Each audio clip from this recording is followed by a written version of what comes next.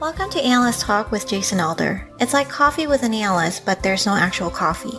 Each episode, we interviewed an expert in the field of law enforcement analysis to share their career-defining stories and to get their insights on the world.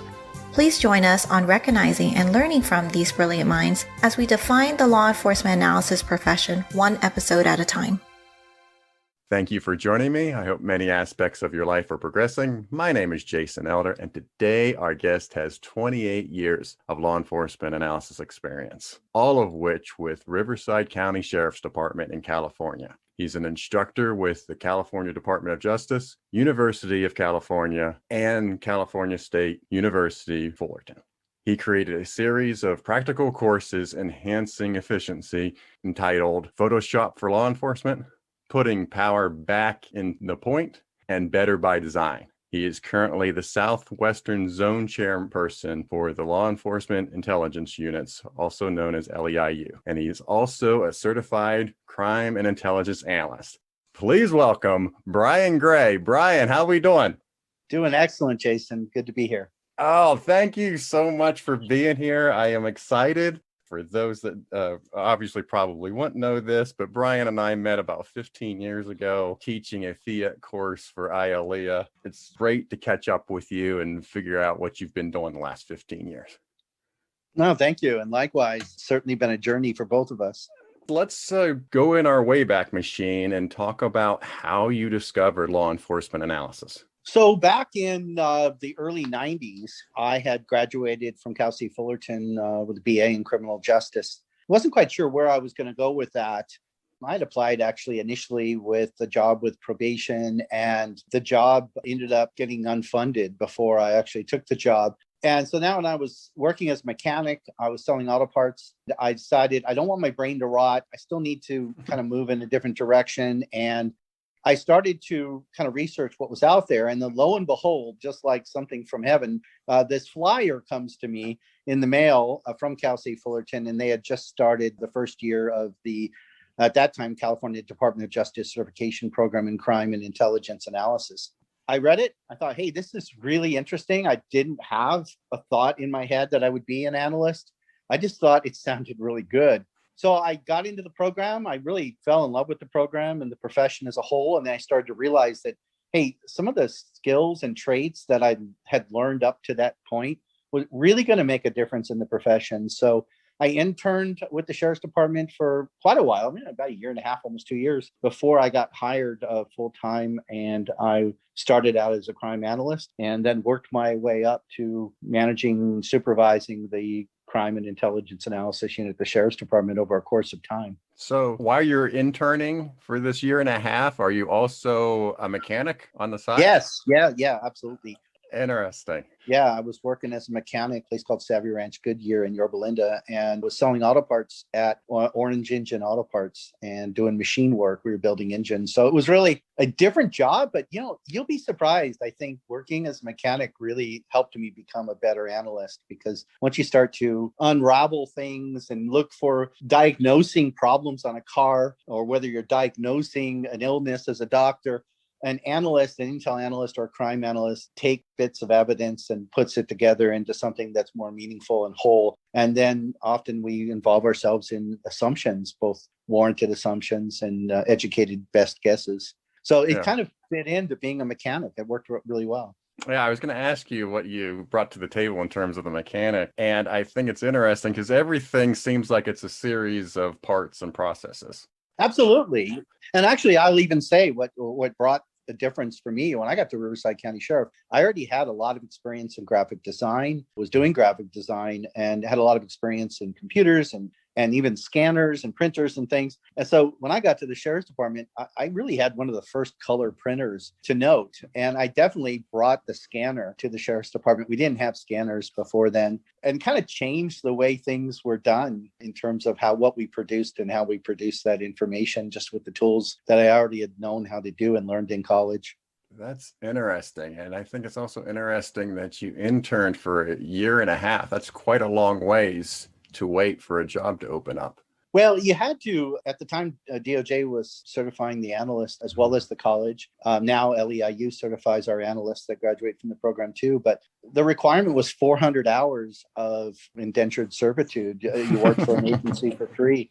So it took a while to do 400 hours when you have a full-time job. I was going in maybe one day a week, maybe sometimes 2 days a week, but usually one day a week I would go in and put in, 8 to 10 hours. So it took a while to get done with all those hours around life and, holidays and vacations and things of that nature. Now, Riverside County in California is large. It's the third largest county in California and the fifth by population. So I'm guessing when you get hired on, you're not the only analyst. Are you coming on to a pretty big analyst team? Well, when I first got there, I think there were 3 analysts before me. One of them I was going through the certification classes myself with.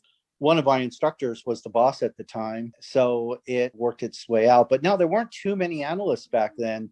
We were really kind of babies starting it off. And in all honesty, one of the things I also brought to the table was I was pretty comfortable public speaking. And some of the other analysts kind of shied away from that.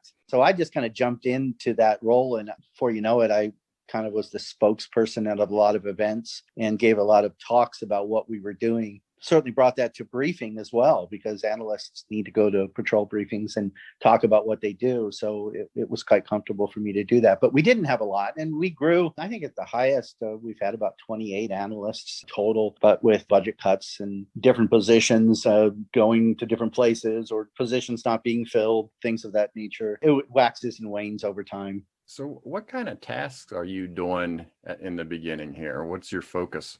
Well, as a young analyst, I actually worked at a station. And I'll be honest with you, I really didn't know what the heck I was doing. And, in hindsight, I thought I knew what I was doing.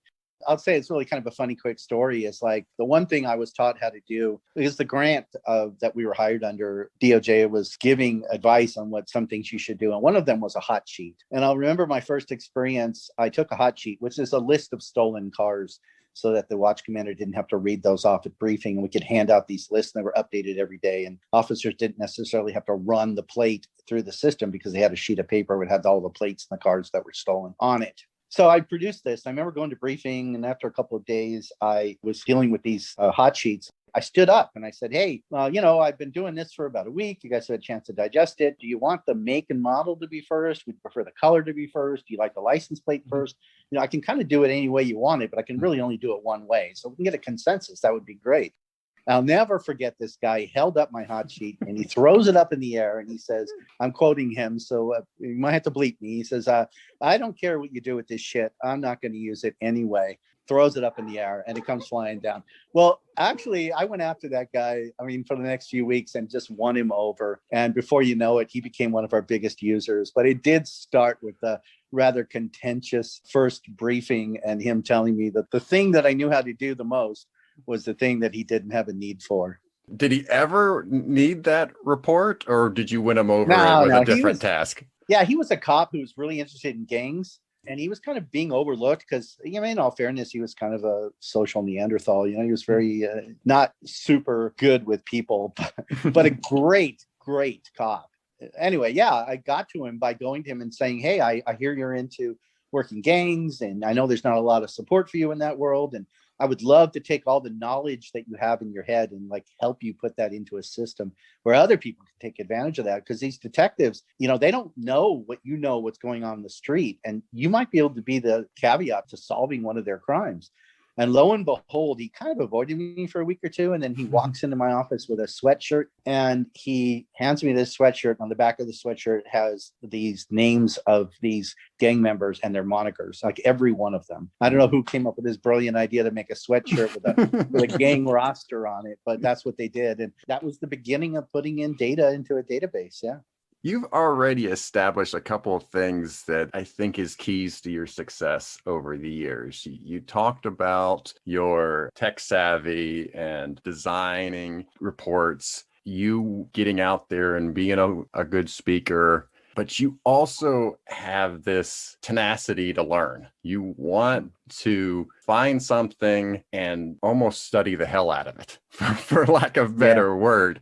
I can just see these as you're moving up the ranks into becoming the crime analyst supervisor. All of these things are coming together that guided you to where you are today. Absolutely. Yeah. And I tried to instill as much as I could in the analysts. You try to instill that in them to achieve for greater things, not be happy and satisfied with the status quo, that we always need to be improving. There's a great saying, right? Anything that's organically active is either growing or decaying. And I think that's true of an analyst's skills. You're either growing or you're decaying.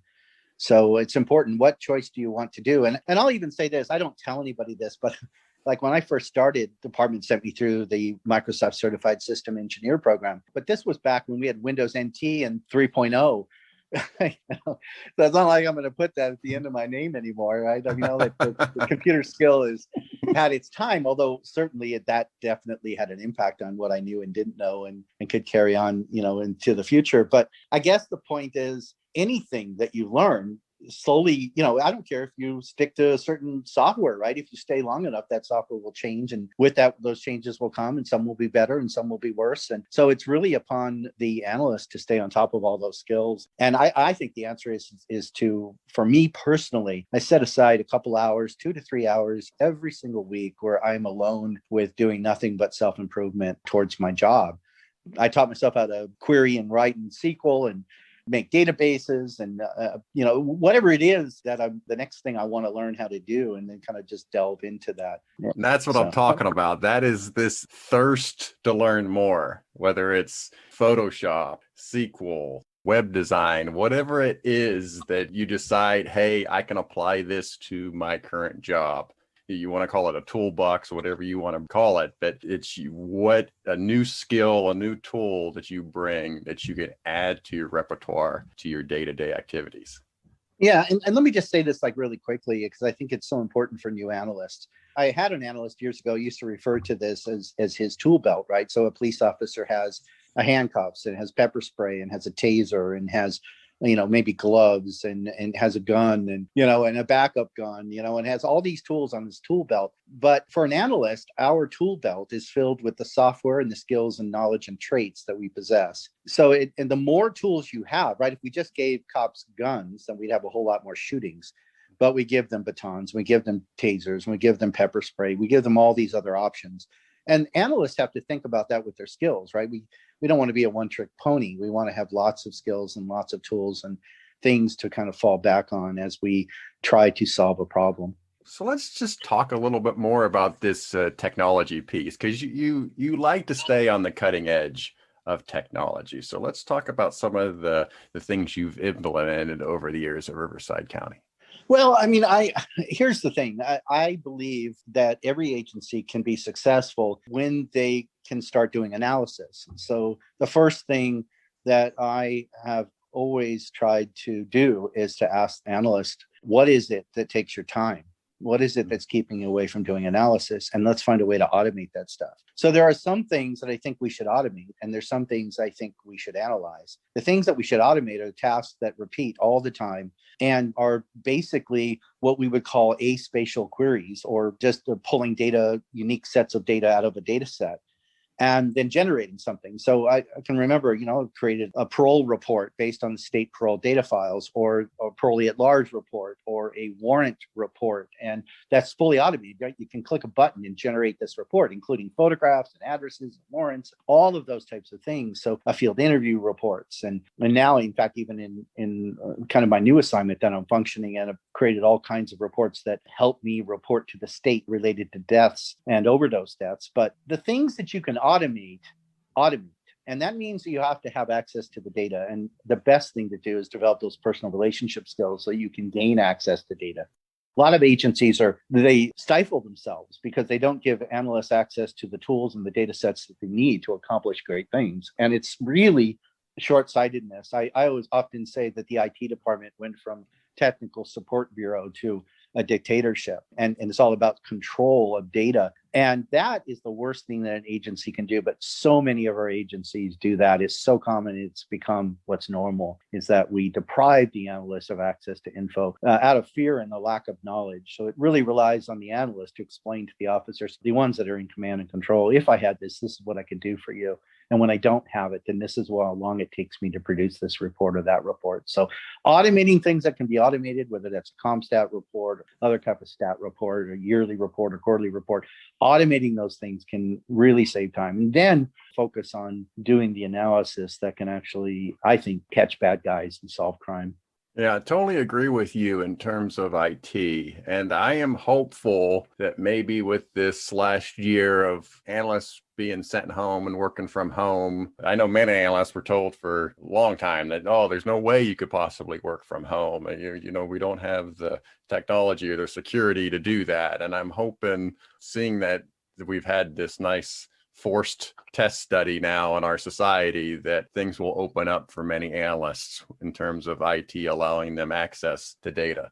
Well, yeah, and I can attest to that firsthand. So in my current assignment, I'm actually working a special project for the sheriff on overdose death, and I work embedded with public health.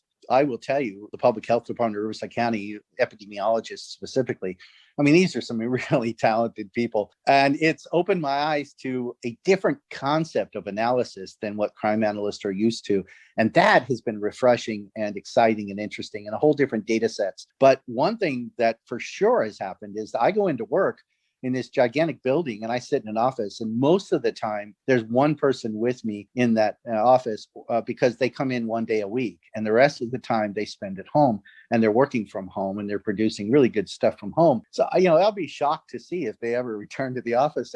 I go in every single day as a sheriff's employee. I don't have the luxury of kind of working from home in my assignment, but I will tell you, the people I work with, they all work from home, and and they continue to produce really some cool cutting edge stuff. So it's certainly being done. Your project there was on my list of things to talk about. Since you started talking about it, let's dive into that a little bit more. What the project is, what's your role in this project? Basically, the Riverside County Public Health received a very large grant to focus on opioid and other overdose deaths. And certainly we have our fair share of overdose deaths. And it's just increasing. And we had a 45% increase in fentanyl-related overdose deaths just from last year alone. It's really a crisis. And especially in times of COVID, we're seeing a lot more people using drugs and overdosing on drugs.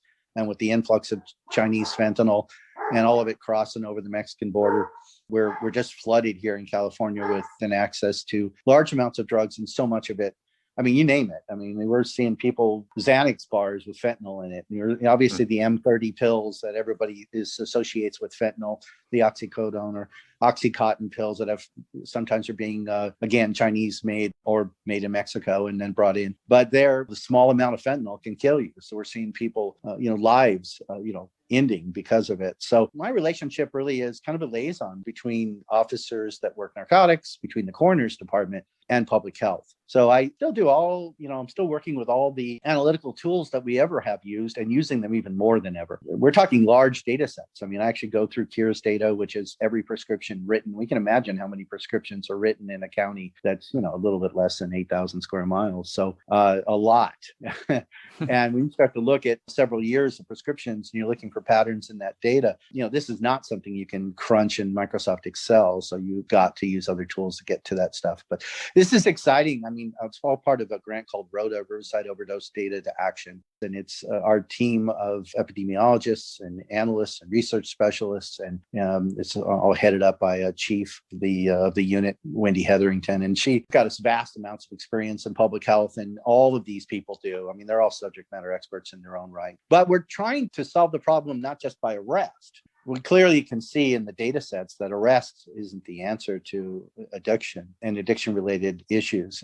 We've got to find a way to educate people and to, start to save people's lives through the distribution of Narcan. And that we work with EMS, the different ambulance companies, we work with probation, we work with public health, we work with mental health and behavioral health. When all these different groups are part of a team, a network of people, and of course, different coalitions and nonprofits that exist out there that kind of work together to try to have an impact on drug abuse and addiction and overdoses. So it's really exciting. At the end of my career to some degree, I mean, I'll be 55 this year. So I don't know how many more years I'll have left, a couple of years, 5 years, I don't know. But I think what I would consider towards the downside of my career, I've now entered in a whole new world with all new terminology and inspired by a new set of analysts. And it won't be forever. I'll go back to, my old job. But right now, this is what I'm doing. And it's actually kind of fun. So in terms of dealing with the large data sets, what software are you using?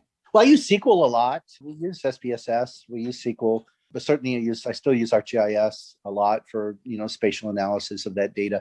I don't just look at overdose death. I also look at, obviously, crime. I'm looking at arrests for drug-related crimes. I'm looking at people with warrants. I'm looking at people who are repeat victims and repeat arrests. So I'm looking at people who are being booked over and over again for drugs. And we're also looking for dealers, right? We're trying to identify dealers. In our county, I think we're on our 4th case right now where we're actually charging these individuals who are selling drugs. The county district attorney is charging them with murder. So that in itself is new and different, but it's really important. We got to make people realize that they have to be more responsible if they're going to use drugs. Don't do it alone. So you have somebody to give you Narcan. And if they do, not that we're encouraging it, but we want to be able to save people's lives. So is there a deadline or a mandate for this project of when it should be complete? Well, we've just been extended one more year. So we've got, maybe 2.5 more years to complete it. And our goal is to try to show that we've made an impact. And there's a lot being done beyond even what I'm doing. I mean, they're pushing data out to the public that had never been covered or talked about in the past. And it's not just our data. Again, you can imagine there's no one picture of overdoses, right? Because the sheriff's department doesn't respond to every overdose. In fact, we probably respond to very few overdoses, relatively speaking, to the number that occur. We definitely respond to every overdose death because the coroner is part of the sheriff's department. So we know overdose deaths for sure, but we don't know every overdose. So who does? Well, the ambulance companies respond to many of them, but they don't know them all either, because my friend could be sitting next to me and he overdoses and I run him to the hospital myself, not with the ambulance. I drop him off at the front door and maybe I stick around, maybe I don't. But the hospital then has a certain percentage of the overdoses. So the only way to get to the bottom is teamwork. We need to get to the data about the hospitals. We need to get to the data that we maintained in that EMS data. And we need to get to the data that the sheriff has to the coroner. Are you pulling data from multiple systems then to bring it all into a data warehouse? Absolutely. All of it's pulled great. in, analyzed together, analyzed separately. But we're talking, in many cases, you're talking, terabytes of data. It's not just small amounts of data. So it's chunks and chunks of info. I find it fascinating because I think normally for law enforcement analysts, you'll work on a task force, but it's mostly all other law enforcement personnel that you're working with. I think it's rare to hear about a project similar to what you're talking about, where it's another city department, in this case, health, that you're working with. So I guess I'm kind of interested in your perspective of how that relationship was in the beginning and establishing yourself coming in as a law enforcement entity and the health department working together. Well, yeah, it's very unique. And just like I started as a crime analyst, having to overcome misperceptions and misunderstandings of what it was to be an analyst back in the early 90s, working with public health. Their view of law enforcement oftentimes is limited to what they hear about us on MSNBC or CNN. And let's face it, a lot of that coverage is not positive. So, and some of them have personal beliefs, right? Some of them actually don't like the fact that we're out there making arrests of people for possession of drugs. And they have a different view on legalization. They've got a different view on a lot of things. And even, like I said, even law enforcement, and it's not everybody, but a lot of people that I've come across will have, misperceptions of what law enforcement is and what the officers are like. And a lot of people, I have come across some people that believe the stuff they hear, the cops are just bullies and they just arrest people. And there's, a bunch of racism on the force. And there's, all of these things. And all of this has to be dispelled and explained to them. Look, we have a job to do, and that job is different than the job that you have to do, but they're both a necessary function. Fascinating. And you're the right person for the job. Just again, your ability to articulate, read the room, and learn what the roles of everybody are doing to figure all of that out. It's awesome. Well, thank you. I love people and I love people who are different than me. So that makes it for an exciting time. And it took me a while to realize it, that I love people. I think at one point I thought, well, I'm a New Yorker, so I don't really need people, but I really do enjoy meeting people who are different than me. Let's face it. In fact, one of my favorite quotes is iron sharpens iron. So, one person sharpens another. And I think that that's just so true in this profession and in life, right? We want to surround ourselves with people who are brighter than us, smarter than us, more capable than us, because those people can rub off on us and hone us and shape us. Excellent. All right. Well, let's take a break. When we come back, I want to get into talking about LEIU. I want to get your advice on different topics in law enforcement analysis, and I want to get into some of your personal interests. Okay. Sounds good. You're listening to Analyst Talk with Jason Elder. We'll be right back.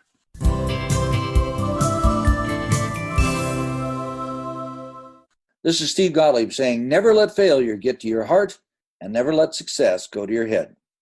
Always stay humble because humility wears well. Hi, this is Jason Elder from LEA Podcasts. I am proud to announce a new law enforcement analysis podcast, ACIA New Horizons Podcast from the UK. Will be hosted by Paige Kenningale. Paige, how we doing? I'm very well, Jason. How are you? Very well. Well, welcome aboard. Tell our audience a little bit about ACIA. Sure. Okay, so ACIA is an association of crime and intelligence analysts, and it's a community of members from the UK and Ireland, and we encourage all our members to challenge how and why things are done within the intelligence sector. So what is this podcast going to be about? So it's going to be topic-based. So we will be speaking with individuals with diverse backgrounds who all work within the intelligence field. It's to provide a support network to improve analyst developments and to create sort of a critical mass to help implement change. When is this podcast going to be published? The podcast will be published the first Thursday of every month. So you will be able to find the ACIA New Horizons podcast on our website. That is www.leapodcasts.com or wherever you get your podcast. And then Paige, one last question. What are your words to the world? Be open-minded and allow me to network and promote the profession. Hi, this is Paul Arnold, and I just want to tell you the difference between the fast lane and the passing lane is that you're supposed to be passing in the far left passing lane. Even if you think you're going fast enough, get out of the lane.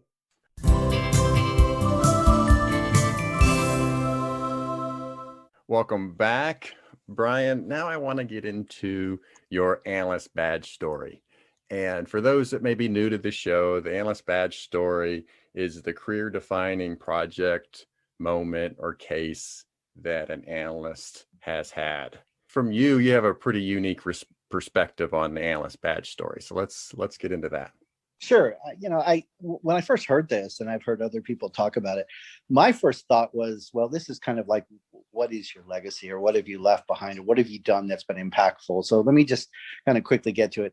There's been a ton of cases I've worked on, and I can honestly tell you that there's been so many that shaped me that it's hard to choose a single case. Some of them have impacted me professionally, and without a doubt, there have been a handful that have impacted me on a personal level and probably have shaped who I am today, and I'll never forget till the day I die. But if you really want to talk about, from my perspective, things that have been impactful for me or how I've impacted people, I've been teaching for 26, 27 years now in the crime and intelligence analysis program, and as well as been teaching in Fiat for quite some time and other LEIU trainings at conferences. And the one thing that I think that is part of my legacy that I leave behind, so to speak, is the students whose lives I've impacted. I must say, for some, they've become lifelong friends, and I always enjoy, hearing from them. I have people who text me out of the blue with a picture of them and another student and say, hello, here, we're thinking of you, kind of thing. And that always feels great. But helping an analyst open their eyes to the profession and then get excited about the job, and then they, eventually apply for the job. In fact, every analyst I work with, for the most part, we're analysts that went through the program and we handpicked and hired. There's something to be said about having an impact on someone's life. I don't think they always remember it. I always say that 3 years after you hire somebody, then they kind of forget that you actually helped them. And at that point, it just becomes they came out of the womb knowing what they know. So, and then the second thing I'd say, and back in '99 and 2000, I put on a competition called the Crime Analysis Challenge. It was inspired to me by the Baker to Vegas run, where law enforcement officers in California and from different departments, they run for bragging rights, and they run a relay race from Baker, California, all the way to Las Vegas, Nevada. And they do it every single year. And it's really kind of a cool law enforcement thing to be a part of. It's mostly sworn that run, but there's some sworn, non-sworn. And I thought, well, analysts should have a competition like this. So I put together a competition where we had a real case. And what we did is we built a fake RMS, and we had them query the RMS to come up with cases they thought were part of a series. And then we would choose those cases and review that further and kind of narrow that down through just decent analysis, as we learned in classes. And then they would create a link chart and present that link chart as if they're presenting it to a detective, and narrow down the cases even further. And then eventually in the final stages, they would forecast when and where the suspect would hit next, and then surmise who they believe who the suspect was from the data that they've acquired. And all of this is timed and can be compared to the actual case. So we could figure out which team won and who could have the bragging rights. It was a lot of fun, but a ton of work. And it became harder and harder for people to want to do it. And the other thing I think is every year I put on the LEIU 2020, it's in its 9th year now.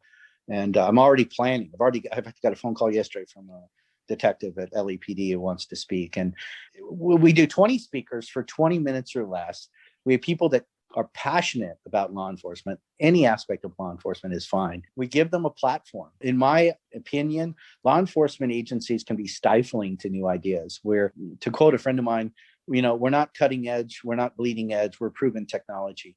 And I think sometimes people with good ideas, those ideas are dismissed because they weren't that other person's idea, or the agency just isn't ready to hear it or doesn't want to change. And that's bad. And I think we should open up opportunities in a safe environment for people to come share their ideas. And my speakers that come, they don't get paid, and there's no per diem or hotel covered. They have to pay their own way. We only charge $40 to get into the event if you're a member, and I think it's $50 if you're not a member. But these people want to share their ideas. These people want to put it down in writing here, or get up in front of people and speak and say, this is what I believe, this is my untested hypothesis, or this is what I've tried, and this is how it works. So it's best practices and new ways to do things. But as an analyst or a member of the sworn community, there's something in this for everyone. And it sure beats the traditional conference, where sometimes you can sit through a presentation, it's just draining. So that's the 3 things that I think that, in terms of a profession, that I've had the biggest impact on and feel, I think, most proud of. Yeah. So the 20 for 20, were those recorded, the past ones, and are they available online? Yeah, they are recorded, and selected ones, all of them are available through the LEIU portal. So if you're a member agency, you can have access into that.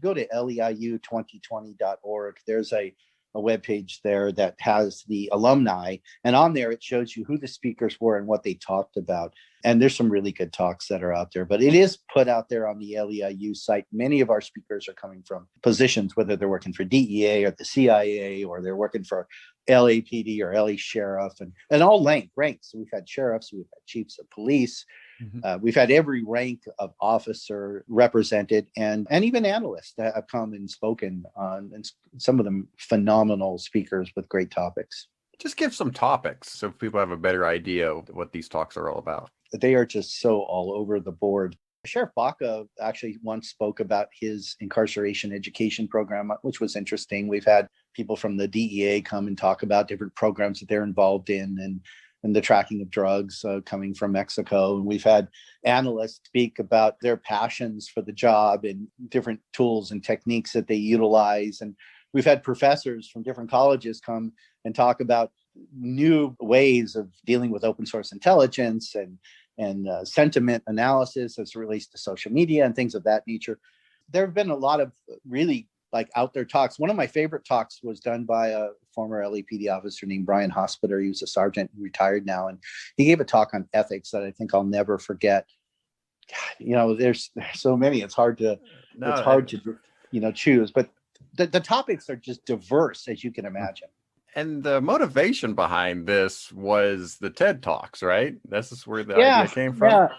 Yeah, I was really inspired initially by TED Talks. I kind of feel like TED Talks has become more political and biased in what they put out today. And initially it wasn't that way. Initially anybody could speak and the topics were covered. And now it just seems like they're more and more, kind of one side focused views. But I think that there's something to learn. And when I take a lunch break, I would just watch a TED Talk on anything. I don't care whether I watch Brene Brown talk about shame or listen to Sir Ken Robinson, who's probably one of the most listened to TED speakers, talk about education and what's wrong with the educational environment. I mean, you're just fascinated by hearing. I've listened to this, the life of a moth, or what it means to be a mosquito, or, there's crazy talks out there, but all of that just sharpens you, right? And you get to watch a master speaker kind of deliver their goods, and that can help you become better at what we do when we get up and present in front of administration or lieutenants or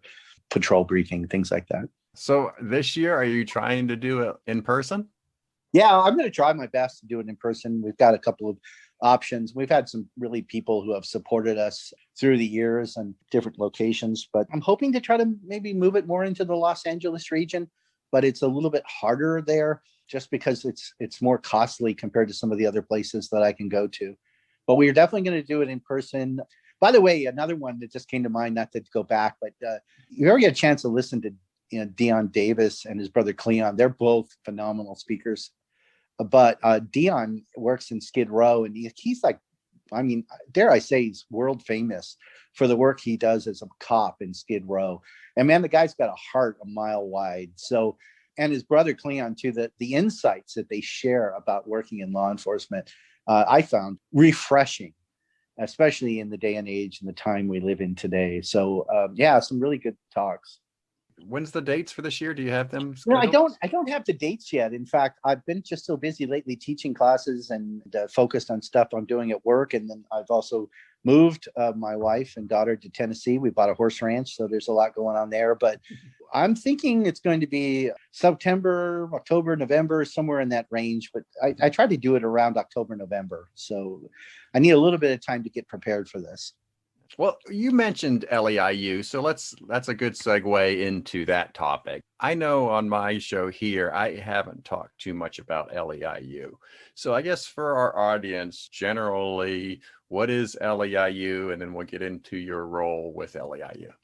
So LEIU, which actually started out as LEIU, Law Enforcement Intelligence Units, and then later on we adopted although we still refer to it as LEIU, it's the Association of Law Enforcement Intelligence Units. This is an organization that's been around for quite some time. 1956, it was founded. And it was founded at a very important time in history, right? Where organized crime, some could argue, was running rampant. And it was difficult for us to track these individuals across state lines. And LEIU was an association that shared intelligence amongst agencies who were member agencies about who these individuals were and what they were up to, and allowed a platform for them to come together and receive training and so on and so forth. But today, LEIU is, the mission of LEIU is leadership and training while promoting professionalism in the intelligence community.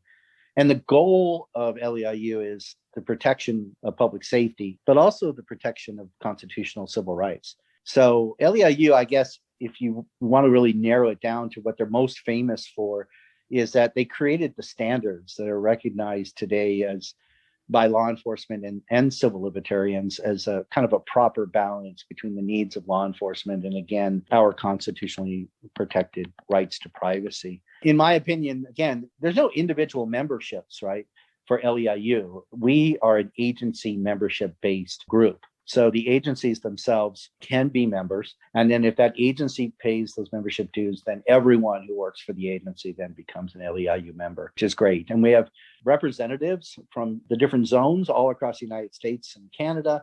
And then more currently, we have also breakoffs of that. So we have groups that focus on gambling and gambling crime. And we've just started kind of a corrections intelligence portion of LEIU as well. But the executive board, which I'm a member of, is made up of state and local and federal agencies. So specifically, the ATF, we have one individual who serves on the board as our federal representative. These individuals all are subject matter experts. These individuals have just years and years and years of time served in the intelligence profession.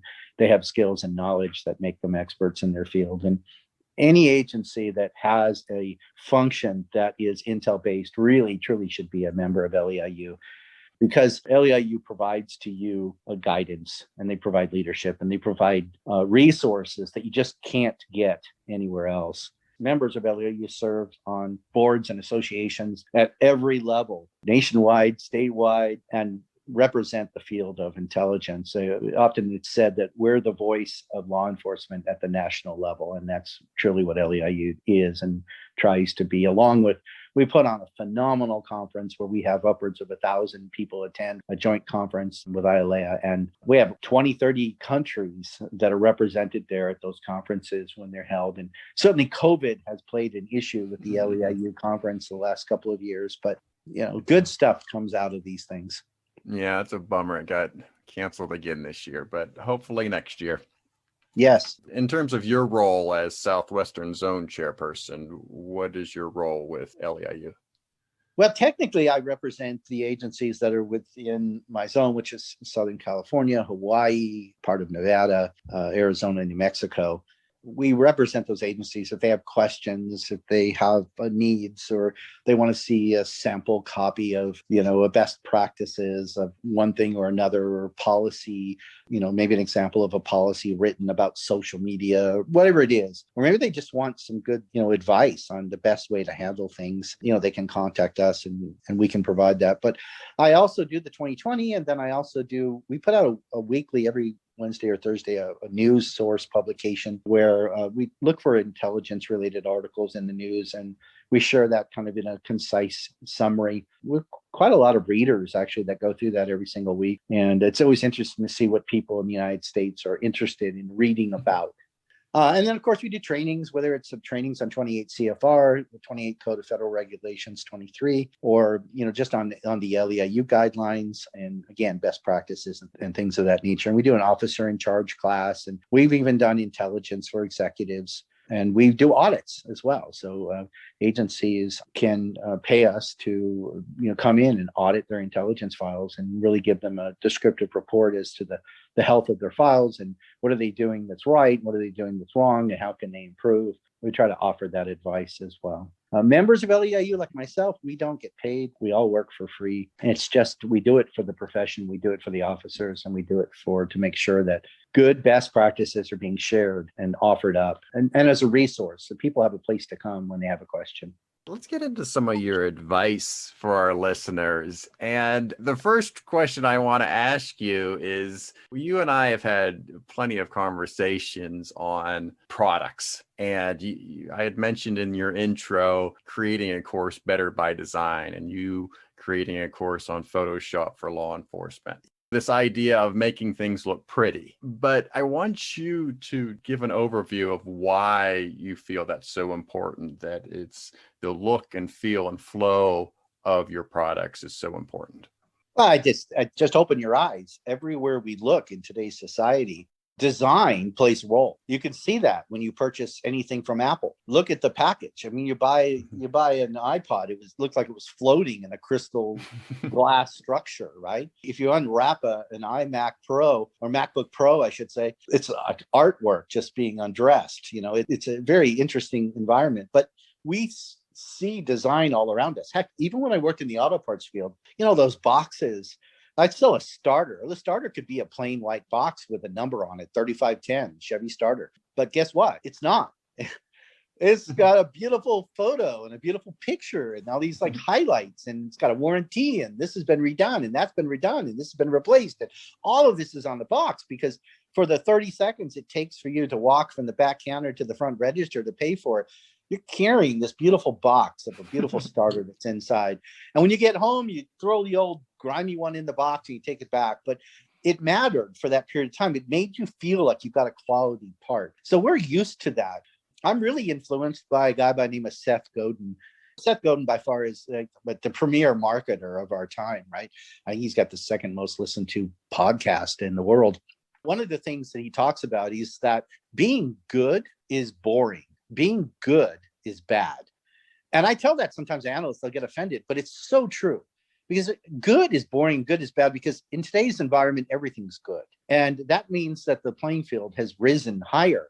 Being good then doesn't stand out. And what he says you want to achieve is remarkable.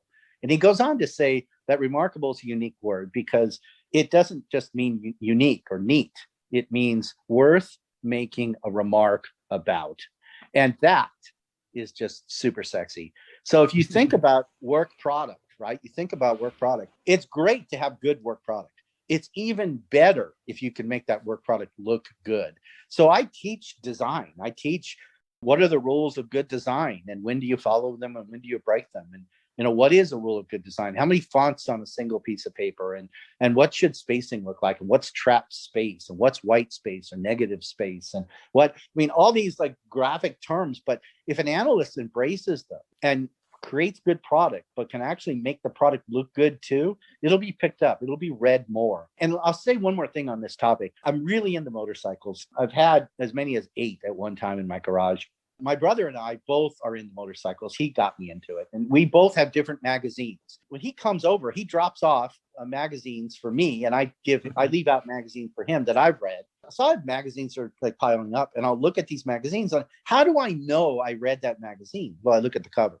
And if the cover is not something I've seen before, then I know that I haven't read that magazine. And I think our work product should be the same. So I often encourage analysts to create covers for their work product so that when the report comes out every single week, it doesn't look the same. And then the guy thinks, well, I already read that one. I've already seen that one. And he hasn't. But if the report cover looks different and it's unique and refreshing, then they can go, wait, I haven't seen that one. That is different. Let me pick it up. Let me look at that one and read it. So there's a lot of science behind this. But let's face it, there's a big difference between something that looks neat, right?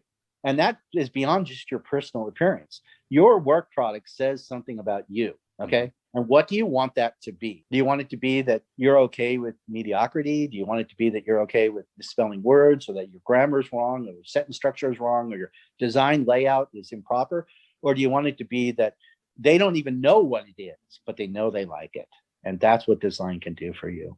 As you were talking there, it was just recently, I think it was about 2 weeks ago, my sister-in-law and brother-in-law are in a traveling folk band, and they recently hired a new publicist. One of their clients that they have forwarded them the email that was sent from this new publicist. And it had, I think, 3 different font sizes on it, 3 different colors. And the big no-no that they thought was it had Cosmic Sans font. Yeah. Which is absolutely disgraceful. Yes. And so they were mortified and obviously worked it out with a publication company. Really an interesting point to kind of add to that is, by the way, the guy who created Comic Sans now runs the webpage proposing that we ban the use of Comic Sans. But it was just a joke, right? And that's a true story. But it's been used by the White House. It's been used by Disney. It's been used by, lots of people. There are people who make flyers that shouldn't be because they just don't have that gift. But I will say this again, too. People will say, I don't have the time to make my stuff look nice. And I would argue you don't have the time to not make your stuff look nice, because the better it looks, the greater likelihood it's going to be picked up and read and appreciated and valued. And keep in mind, value is also perceived value. And we decide whether we trust something or not. There's research on this. Within the first couple of minutes, our first look, something like 75% of our perceived value of something is in how it looks. And then if we look at it a second time, then the second time around, 80% of that perceived value is with the contents of it. But that first initial look, right? And we've all done this, right? We've heard people say, right? First chance for the first impression. That can make a big difference. Besides reassuring themselves on their graphic design, what would you recommend an analyst learn, whether it's a skill, a program, a topic that's going to give them a good return on investment? Study this now because in 5-10 years, it's going to be important. Well, I'll give you my long-term answer, and then I'll give you my short-term answer. Mm-hmm. So my long-term answer is the more you understand about databases and data, the better equipped you are to do this job, because the heart of an analyst job or the heart of a GIS is information and data, right? So the better you can manipulate that data, the better you can extract that data and turn it to work for you in many different ways, the more powerful you are. IT departments everywhere can get away with saying, no, it can't be done because people can't challenge them because they don't know better. But having good database skills, I think, is imperative. Now, in today's day and age, what seems to be what is the flashy, sparkly, we're mesmerized by, without a doubt, is open source intelligence, cybercrime, but open source intelligence more so. And then I would even say the data that's obtained through cell phone record data analysis. So, whether you're using CellHawk or GeoTime or whatever program you use, understanding that and be able to speaking to that, it seems to be kind of the catch buzzword, the thing that's in right now. But I think the thing that's sexiest that's in right now is open source intel. And it's worth its weight in gold if you've got people who know how to do this and can get access to that information and have the tools and the techniques to extract that data. Wow, it's very powerful from that perspective. But it all goes back to the kind of analyst you are. So if you're an analyst that doesn't do that, well, then it probably isn't important to you. Then maybe something else is. So I have found traveling in the entire United States and doing consulting for agency or doing training for agencies is that every agency has a different view of what it means to be an analyst. Some people, they're like journalists. They write. And other people, they prepare information and someone else does the analysis. I mean, it's crazy. We haven't still, after all this time, kind of defined exactly that we all follow. This is what an analyst does. And that is unique. Like, we know what doctors do. We kind of know what a CPA does. But analysts, the job of an analyst is to still kind of being defined. Yeah. And I often ask the question, what are you surprised that law enforcement analysis hasn't figured out yet? When you were first starting in the 90s, you would have thought, oh, by 2021, we'll have that figured out. And that's probably one of them. Yeah, I think you're right. It's also that giving analysts the freedom and time, like if you task an analyst to death, you've made a huge mistake as a supervisor. You have to give them time to do the things that are interesting to them, because you have to think about long-term, right? It's very short-sighted to just task an analyst to death, because it's like any other position. You're going to burn out on it in about 6 to 10 months if that's the case. That's not good for longevity. And we really need a career path much greater than we see today. So here's a question for you. Which do you think is more accurate? Because these two statements are both accurate, but I'm curious to hear your viewpoint on what you think is more accurate. Law enforcement analysts have too much data, or law enforcement analysts don't have enough of the right data? I think I'd take a third approach and say that law enforcement analysts don't do enough with the data they do have. Sure, we're always interested in more, but here's the problem. You can't drown yourself in data. Right? I mean, this takes us back to the Stasi, right? The East German secret police, right? They drowned themselves in data. They could collect data with incredible efficiency, maybe the best. But the problem is they drowned themselves in that data, right? Their records bureau was 111 miles of shelving. That's how much data they collected. And it was too much. So I think choosing, narrowing it down, and there's been some fascinating work in this profession as well as trying to decide, well, what truly are our biggest priorities? The Canadians with their Sleipner model, figuring out which organizations they should look into and why. So there's definitely a need for kind of narrowing it down. But yeah, I mean, I'm an analyst that would say I'm open and interested in all kinds of data and more data, but I think we kind of need to do more with the data we do have. And if you want to know a quick pet peeve is, I think it's absolutely sinful that analysts don't know the data that's in their own databases and the fields. How do you answer a question? Like, I've had supervisors go to analysts and ask a question and say, can this be done? And the analysts say, no, it can't be done. And it can. They just don't know that the data is in the data set and that where to go get the data. And a lot of it is just because we've become machines, right? Some analysts think the job is just producing reports and tasks, and that's not the job. And if you think that's the job, you're missing the whole point, right? We're not an analyst then. I mean, I can hire a monkey to do that. We wanted to get beyond just completing tasks. Again, if a piece of software can be the solution to your problems, then that same piece of software can be the solution to a detective. So therefore, why do they need you again? So what is it that you're bringing to the table? And that's a fear I have of analysts that are too dependent on software. Yeah, and I think the data is an important concept. I had Deb Peel on last week, and I was actually surprised. She was talking about NYPD data. I asked her, well, is it easy to spot patterns? And she said, yes. And all that data that they have, NYPD, she said, yeah, it's easy because they have made a dedication to data entry and how it's going to be categorized and how it flows and from beginning to end, and everything is purposeful. And it does seem that it takes a lot of work and effort beyond the analyst. Obviously, that's an agency-wide issue. But since that takes a lot of work and effort, software companies are very good at marketing to say, okay, well, we'll fix your problem with the software instead of fixing the data. Yeah, absolutely. And that's an agency change, right? I mean, every agency out there in the entire United States has data problems. We all do. But listening, you say that, it does remind me of a great quote that I've heard, again, Seth Godin say, which is, design is free when it gets to scale. And that's what New York has done, right? And that's what we should all try to achieve to, which is put in the effort up front to design the system that will actually work. And then after you've done that, the benefits of it, all of that is free to you from that point forward. And there's no doubt. I mean, when I first started, we were data entry clerks, right?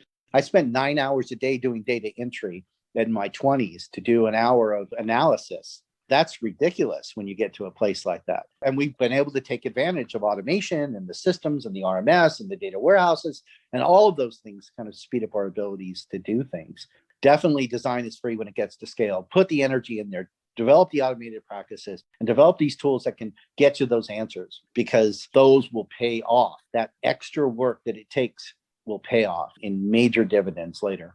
Very good. Well, let's get into some of your personal interests. And I'm smiling from ear to ear because when I talked to you on Wednesday, I said, I still remember you telling me this. Every once in a while, I'll still think of you with your eating habits. I'll call them for lack of a better term. But you like to eat out and can eat out breakfast, lunch, and dinner. And you had once made the comment to me that you had a house and you didn't think the stove was even used during the time that you were there. Do you normally eat at the same spots, or are you a variety guy that you've tried to go and eat at just about every place in the area? Well, I think I should preface it. So, I've been married now a little over 2 years. Certainly during a lot of my time, I'd never been married, didn't have children. I was 52 when I got married. So yeah. I can tell you that my life has changed a little bit since getting married, but of course, my refrigerator at my house was filled with nothing but water. Arrowhead, I'm kind of a water snob. I only drink Arrowhead water, and I don't eat at home. I just don't even like eating at home. So I didn't as a kid. My parents, we went to Vegas every weekend, and that's a whole nother story. So I ate out all the time, and maybe once or twice we'd eat at Thanksgiving or Christmas, might have a meal together as a family. Otherwise, we just fed ourselves as we went. So yeah, I eat out a lot. I still do. I'm a huge fan of Korean barbecue. It's not uncommon where I'll meet up with some of my old students at Korean barbecue. And there's 3 or 4 that I go to. They know me by name. I just love Korean barbecue. But I can also say that, I love meat. So I've learned how to barbecue. I've got myself a green egg. I love tri-tip and steak and chicken and fish. But more recently, I've really gotten on a chicken and fish kick. So I'm trying to cut back on the red meat. I go out to restaurants and yeah, I still do. In fact, I got off the airplane yesterday, landed in Tennessee. My wife took me straight to Red Lobster. But yeah, I have certain restaurants I go to. If they serve vegetables, you can pretty much guarantee I won't be there. I'm a meatitarian. I don't eat too many vegetables, but I eat salad. I guess that's the only one. But yeah, that's very true. Is there some restaurants that are on the banned list? No, I don't think it's per se. No. I like to relax. I get home from work, jump on the Harley, ride to the beach. I was only 20 minutes in Placentia, where I still live in Yorba Linda now, but I could drive to the beach in 20 minutes, 25 minutes, and sit at one of those nice restaurants. I don't mind eating alone even till today. Mm-hmm. And I can sit there and just enjoy a good meal and read or study or just think about my day, and then jump on the Harley and ride home. And now I'm ready for the next day. And what's the sense? I was single for so long. What was the point making food at home and having leftovers, which taste terrible? So yeah, I just made more sense. It was cheaper for me to kind of go out and eat than it really was for me to make food at home. And then you got to clean dishes, do dishes. And luckily I married a woman who has that same mindset to some degree. And, I've got a great life now, but she has taught me to be a little bit more domesticated. And I make more food at home, but I still make the same kind of food. I gotcha. Well, they have, what's the saying? If you spend an hour a day on a topic, in 5 years, you'll be an expert. So I gotta believe that you are an expert restaurant goer. And I do know a lot. Yeah, I do know where to go. I mean, I'm always being turned on to new places, but I do know where to go. Oftentimes I'll have students say, well, hey, let's all meet here or there. And I can always give a good place to go. But yeah. If I drive to Korean barbecue, it's a 25, 30-minute drive for me to get to Korean barbecue. I passed 10 places to get there, but that's the best one. And that's the one I go to. All right. So how about breakfast? If I'm in Riverside County, California, and I need a good breakfast spot, where am I going? Well, you shouldn't ask me that. I don't eat breakfast. Bummer. I don't eat breakfast. I don't like breakfast. I don't like any of the food they serve for breakfast. I'm not an egg fan, and everything else is too sweet. Right? They put syrup on. Mm-hmm. And I got to watch my sugar. So I can't eat breakfast. I just skip it. I eat almonds, and I eat pistachios, and I eat an apple. And that's pretty much what I've been eating for breakfast for the last several months. And I know they say breakfast is supposed to be your best meal of the day. I think that's malarkey. I just intermittent fast breakfast out of the way. Yeah. See, where I'm at in Riverside, because of COVID, most of our restaurants are closed, but I do go to a California Fish Grill, which is a not really great sway and shrimp. Oh my God, it's a great meal for lunch. I eat that almost every single day. We have really good Mexican restaurants, of course, in California. So those are great. But again, I'm kind of on a strict diet right now, and fish and chicken has been my life. But there's lots of really good restaurants. If you're down in Newport Beach, I love El Sol. It's a really good Mexican restaurant down there. And 333 is good. I mean, there's all kinds of good restaurants that are down at the beach. Yeah. And it is funny. It was probably about this time last year. It's probably more like April or May. I actually thought about you when I knew a lot of the restaurants were closed down. I was like, I wonder what Brian's doing. Let me tell you, it's like the speakeasies. Yeah. I mean, I did know one Korean place that would let me in the back door and allow me to eat Korean barbecue still, but I can't divulge who and where. But I can say, yeah, it was really tough. I just started, barbecuing at home, and it did kind of force me to stay home more. But understand, Orange County in California has been one of the more open counties for food. So we still had takeout where I could pick it up and either eat it in my car or take it home and eat it. You mentioned buying a horse farm. So you're moving from Harleys to horses. So let's just talk about that a little bit. What's your goal for buying this horse farm? What do you want to do with it? And it's just, again, this is a new topic that you are going to research the hell out of and just absorb all this new information. And I have been. Last night I made my wife watch 3 videos on Mustangs, adopting a wild Mustang. But we bought a working horse ranch. We have a beautiful house in Tennessee. Our front yard is over an acre of cedar trees. And, it's just a beautiful piece of land. And it has a nice paddock, 3 paddocks, actually. And we've got a big 4,000 square foot barn. And we've got a pasture behind that for pasture horses. And I didn't know a lot about horses. I mean, I grew up on Harleys. And when my wife was around horses, and I met a lot of people in my life, horse people are great. And people in Tennessee, there's the sweetest, nicest people on the planet. I mean, I hate to say it, but it's the truth. And I got out here, and I went from a guy who doesn't like to pick up dog poop in Orange County in my track home to now, you're traipsing around in horse poop everywhere. So it's a different world. And horses I think they teach you a lot about yourself. They all have their own personality. And I walk into the barn and they all greet me in the morning. And that just feels so good. And you know what? I'll tell you, I think I was made for manual labor. So I now know what I'm going to do for the rest of my life. I love fixing stuff. I'm into woodworking. So, really my personal life is backpacking, woodworking, motorcycles, and now horses. But yeah, why not? I would listen to YouTube as my friend. I learned so much on YouTube, and advice, man. I'll take advice from anybody out there because I'm not one of those people too proud. It's like, if you know something more about it than me, please share it with me and please tell me, because I want to learn and get better. So 30 years of law enforcement analysis just to conclude that you should have stayed with a more manual labor job as a mechanic. Yeah. Well, you know what? I worked as a mechanic and my hands were greasy. I had to take sandpaper into the shower to get the grease out of my pores so I could go on a date. But I was a weird mechanic. Like, I love dressing up in suits. So I thought to myself, you know what? I want a job where I can wear a suit to work. And I went to college. I shouldn't be doing this mechanic stuff. And lo and behold, I get a job and I could wear a suit. And then after a while, it's like, yeah, this wearing a suit thing is getting a little old. But yeah, horses, like here in Tennessee, I would be mortified to walk into Home Depot with God knows what's on your pants from working in a horse ranch, but you got to go pick up some lumber to fix one of the stalls. And it's like, you don't even care, You throw on a hat and a jacket and you walk in and do your business. So it's a different life, but it is a very rewarding life. And I look forward to one day retiring and we're happy to move to Tennessee and kind of leave California behind and start a new life. And my wife is a trooper, man. I mean, she's the backbone of the operation at this point, because I'm still working for the sheriff and kind of flying back and forth every couple of weeks. Well, you'll do it, I'm sure. Very good. All right. Well, our last segment to the show is Words to the World. This is where I give the guest the last word, and you can promote any idea that you wish. Brian, what are your words to the world? Okay, well, I'm just going to make it as quick as possible. So I got some advice that I received from two heroes of mine. And one of them was the man who started our crime analysis unit many years ago, Lieutenant TJ Smith, now retired. He said, they taught me, and these weren't his words, these are my words to what he taught me. Don't rely on a person's better nature.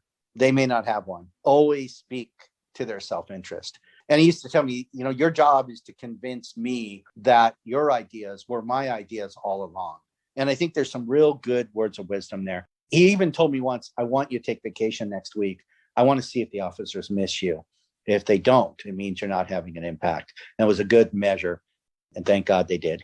The second thing was I got a chance to sit in on a training class with Roy Hazelwood. Remember, he was with the FBI Behavioral Sciences Unit. And I went to a profiling class many years ago when I was young. And I asked him to lunch, and a bunch of us went from our department went to lunch with him. And I said to him, look, I want to be a great analyst and I want some advice for it. And he waited till the end of the meal. And as he was getting up, he turned to me and he said, those of us who are afraid to share their ideas only ever had one good one. And I took that as teach others what you know, and that forces you to learn the next thing and the next thing you can master. And I think that's great advice. And finally, I guess my words to the world, so to speak, is on a personal level is I'm a Christian. So faith guides me to answer to something greater than myself. And I believe for me personally, that leads to contentment no matter my circumstances. So that I think is a great way to wrap that up. Very good. Well, I leave every guest with you've given me just enough to talk bad about you later. But I do appreciate you being on the show, Brian. Thank you so much, and you be safe. Well, thank you, sir. Thank you for joining us today on Analyst Talk with Jason Alder. We hope you not only enjoyed the show, but also learned something new. For more information on our guests and information relating to today's topic, please visit our website at leapodcast.com. Special thanks to the Rough and Tumble for our theme song. For more of their music, you can visit their website at theroughandtumble.com. Also thanks to Kyle McMullen for our show logo. For more of his design, please visit his website at moderntype.com. The show is hosted, recorded, and edited by Jason Elder and written by me, Mindy. You can contact us both via the LEA podcast website. Please join us again next time as we interview another expert in this great field.